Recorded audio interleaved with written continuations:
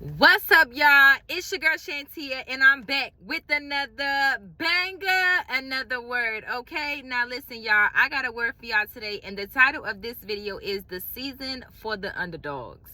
The season for the underdogs. Now listen, y'all, I'm about to have a real conversation with y'all because I feel like in this season there's a lot of people who are tired or scared to trust God again, because every single time that they have stepped out on faith or trusted God, right, things did not go their way.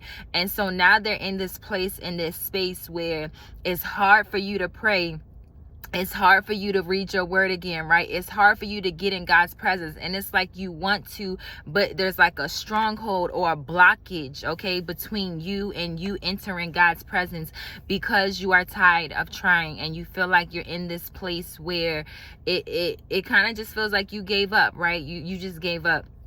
And so listen, child, I want to sit here and I want to tell you that there is nothing wrong with you. Okay, every believer goes through this period of time, right, where they feel like they're tired of trying, okay, or where they have thrown in the towel, all of those things. So I want you to know that that right there is part of the process, right?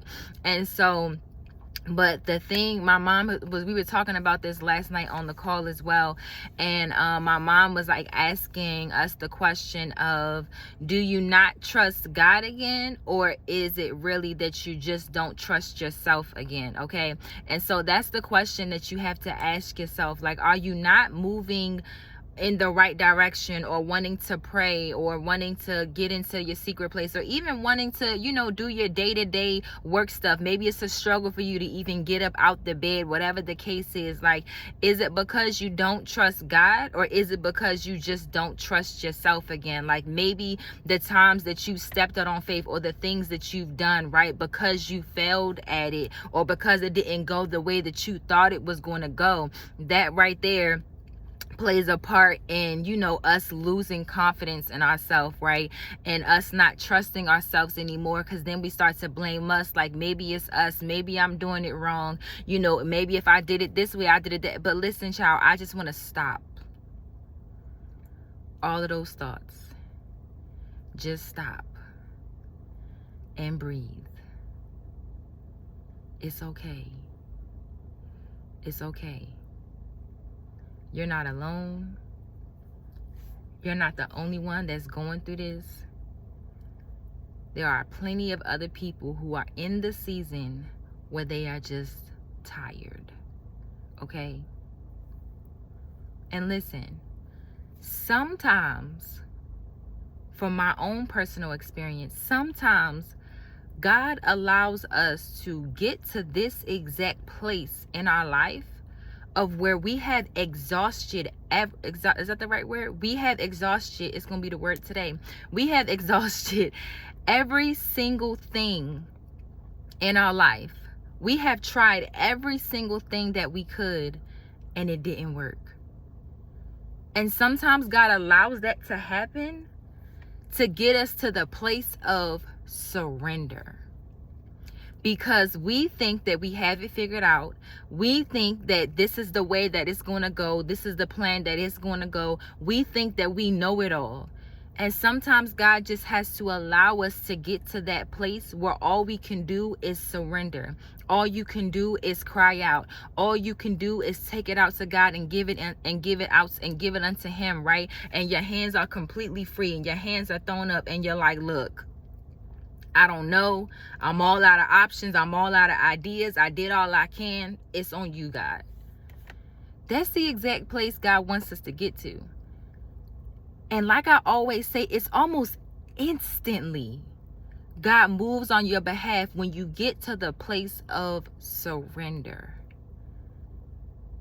Because now God can come in and do what He's been wanting to do, but you've been wanting to do things your way. Listen, child, I just wanted to get on here to give y'all this video to say that this is the season of the underdogs. Don't think that God has not seen you. But right now, what I want to do is I want to warn you to start preparing for the thing that you've been praying for. Start preparing for new connections and new relationships. Start preparing for new deals that you're going to be signing. Start preparing for your house. Start preparing for your marriage. Start preparing for the things that you have been praying for, because now you have entered a new season. You have entered a new season, okay? And so listen, y'all.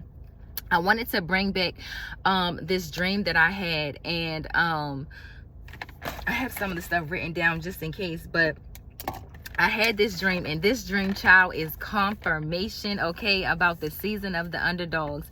And so in the dream, y'all, I can't even explain like where I was or what was happening, but I know that we were all it was like water involved, right? And so I remember seeing a wooden plank in the water, okay? And so there were a lot of people standing on the wooden plank, and as I'm watching, I begin to see how certain people that were standing on the wooden plank, which you know, like it is wood, so wood can break, okay? And that's what it began to do. It began to break, and I started to see certain people just fall, and as soon as they would fall deep, right? And to the like they were done, they were drowning, they were gone, child. You couldn't even see them no more. And so I'm watching these people fall, and what I noticed about myself was that I wasn't standing on the wooden plank, nor was I floating in the water.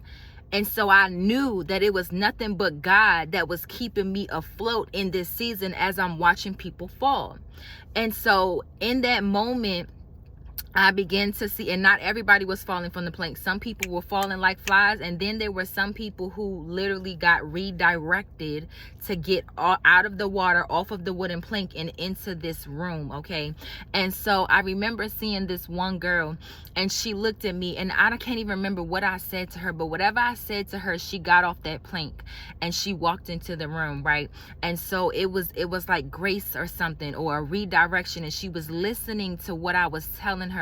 And she got off and she walked into the room. And so we entered into the room. It's probably about like 25 people in the room.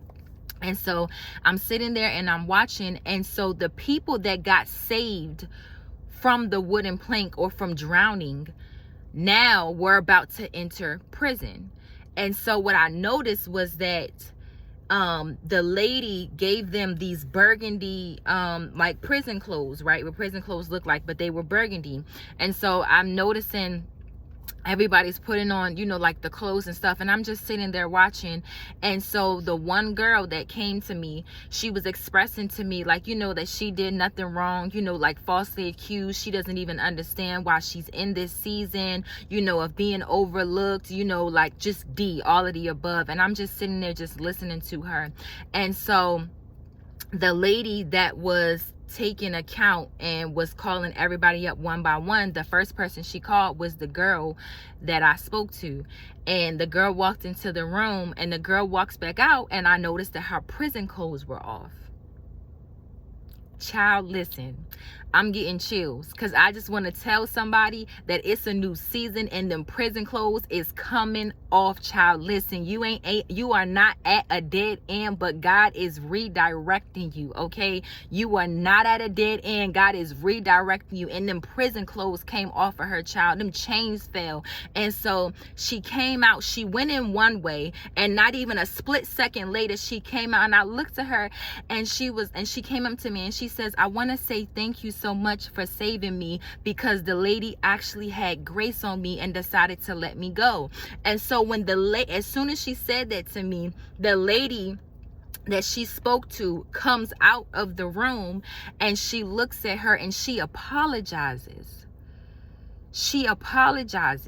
She said, that was my part. That was my fault for even falsely accusing you for what you did. And let me tell you something, y'all. Oh God, I'm getting chills.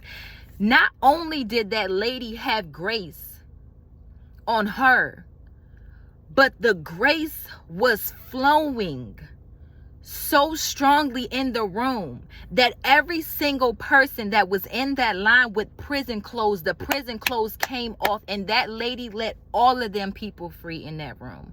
Every single person free in that room. And I woke up and I was thanking God and I was worshiping, and I said, this is a confirmation to somebody that has been in the season where you felt like the underdog, somebody who's been in the season where you felt like God is not listening, somebody who's been in the season where you've thrown in the towel and you've given up, somebody who's been in the season, maybe you currently are sitting in a prison cell, but I just want to tell somebody that the prison clothes is coming off. God said, out with the old and in with the new. I know they falsely accused you. I know it's been looking like you headed in the wrong direction. I know it's been looking like you've been drowned in, but God said you haven't been drowned in because I've been keeping you afloat this entire time. God said I've been keeping your head above water this entire time. God said I've been keeping you in the perfect position and posture this entire time, and now you're about to see it. God said now you're about to see it. And not only was she the one that got to experience the grace of God, but everyone else in that room got to experience the grace of God because of one person. I spoke a word to that girl. It changed her heart. It changed her mindset. She listened. And from the act of her obedience, from the word that I spoke to her, I set her free and she set the whole room free. My God. Oh, Roshata Kalashandarabo. My God. Listen, child, you have no idea how many people are connected to you and how many people you will set free if you just be obedient and get in position. But right now, God is saying he is setting you free from your past, setting you free from those habits, setting you free from those toxic relationships. God said, I am setting you free in this season. This is the season for the underdogs. This is the season where you go from nothing to something. This is the season where you go from the back to the front. This is the season. God said it won't even make sense how fast and how swiftly he switches your clothes. My God, thank you, Holy Spirit. Some of y'all have been in the changing room. God has been changing you. God has been changing your clothes, changing your mindset, changing everything about you so that you went in one way and you come out another. That girl, when I saw her went in with the prison clothes and not even a split second later came out with some new clothes on. Listen, child. God said, this is your season. This is your season. So you got to start preparing.